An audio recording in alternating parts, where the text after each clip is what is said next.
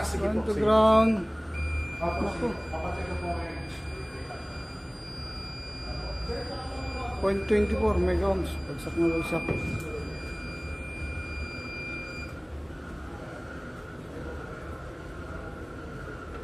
.24, line 1. Line 1, line 2 dyan. Line 2. Ganun din. 0.25. Dito na po sa number na siya. Line 1 to ground.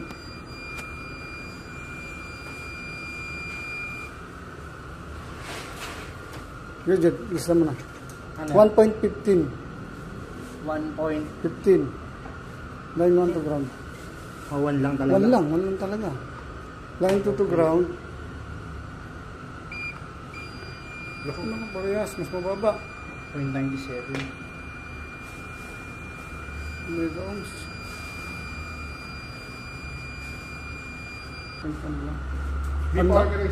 Ang layo sa 500. Line 1 to ground. Same din to. Lightings yung medyo ano. Sakto siya sa 30. May conversion si Ma'am Ann. 1.630. Pabalik na lang yan siya pa. Line 1 to ground. Tapos pag pinichat Ang baba. 40 mega ohms lang. para mamaya para po okay. Line 2 to ground.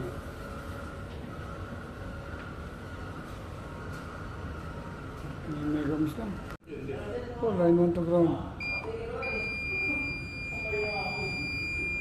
5 na lang. 0.95. 0.95. Ay, hindi pwede mo hindi siya. Lahat tayo. Ako, bibili sa labas. Ito, okay. Yung sa sorted na halos.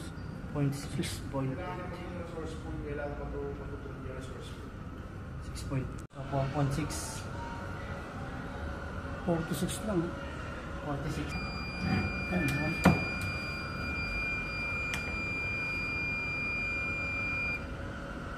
99. Gas line, 1.99. Yun talaga, hindi ko nadaanan nung nasa mundo ako ng construction. Yung electrical din, napakamadugo niya. Oh, sir. Hindi basta kasi yan. Ganun din. Bumaba.